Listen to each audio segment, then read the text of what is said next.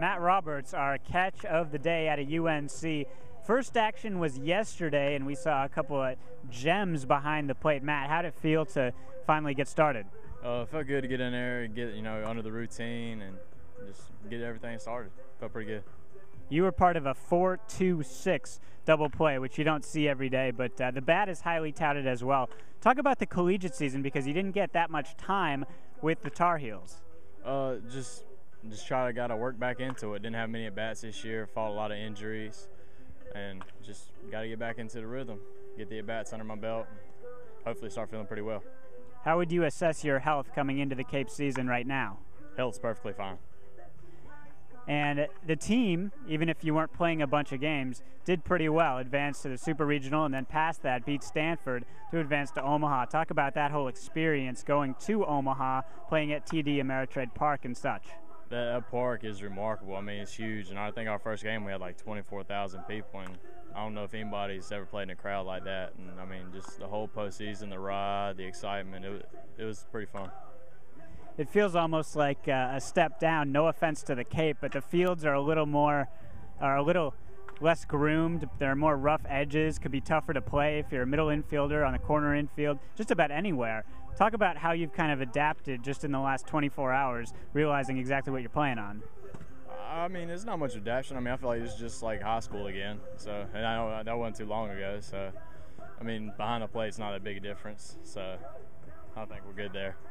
Out of high school, Matt, you were the top recruited kid in the state of North Carolina, which I'm sure you were familiar with. Got drafted and decided not to go. Talk about the factors that played a part in that decision to go to UNC. Well, the fact that the UNC campus is only about 25 minutes from the house helped a lot, and I knew they had a great program, and I just want to go be a part of a winner, and we achieved that my first year, and hopefully we keep going back to Omaha. How long did you know that UNC was going to be the place? Pretty early. And when you think about this team, they only have 5 wins, and they had 5 wins when you got here.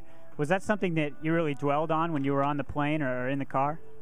Not at all. I mean, it's Cape Cod. I mean, it's the #1 wood bat league in the country, and I mean, pitching up here is going to be good. And I guess we just got to put it all together, and hopefully when we get on a winning streak here.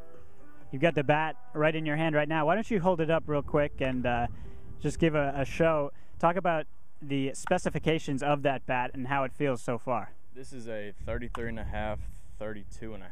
It's pretty heavy, but just for me, I like a heavy bat. So the BB Core bats were introduced this year in the college game, lowered a lot of guys' numbers almost across the board, and the way the NCAA put it was that the BB Core was supposed to simulate wood. Having now hit with wood this summer, how close would you say the two are?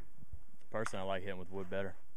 I mean, I feel like the ball jumps off wood better, and the BB Core is just, I didn't feel it.